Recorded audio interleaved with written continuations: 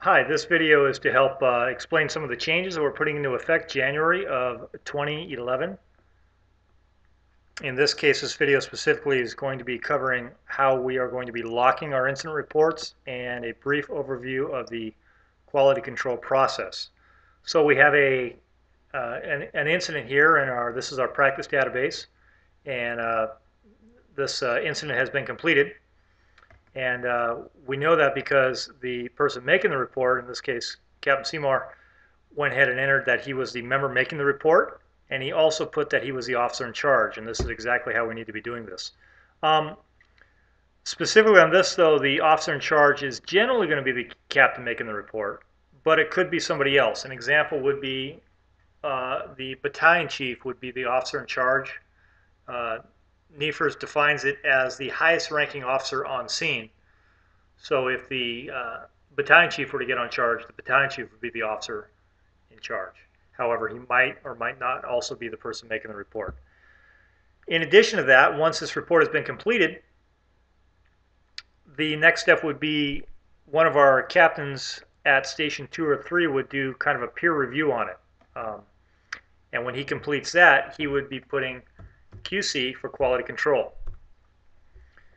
And of course, this wouldn't be my name. This would be one of the actual captains. But I'm going to go ahead and save this just to show you how it would work. And then we've got that this report was QC'd there. Now, on a lot of our incidents, this is where it's going to stop. There won't be much further than this. However, I want to explain what happens when this person QC's it. That's the point that the report itself actually gets locked.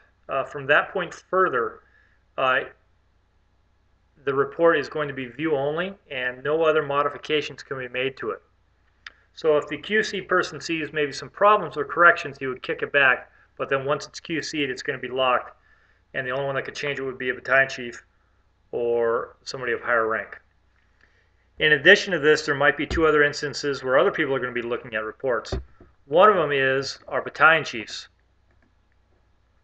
A battalion chief review, and again, this wouldn't be me,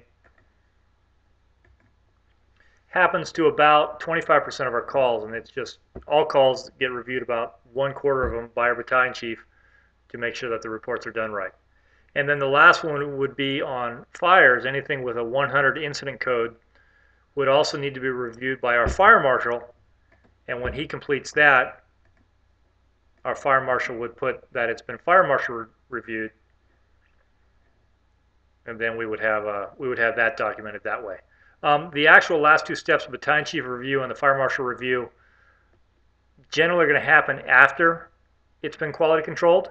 And if they find anything that needs to be changed or something that isn't right, what the chief officer is going to be doing is they're going to be clicking this override lock.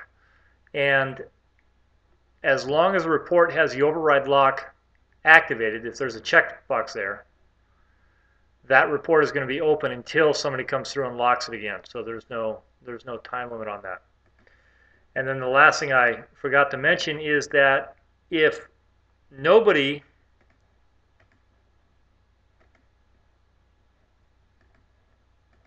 does a quality control on it, if the report is just left like this, after 7 days, the report is also going to lock itself.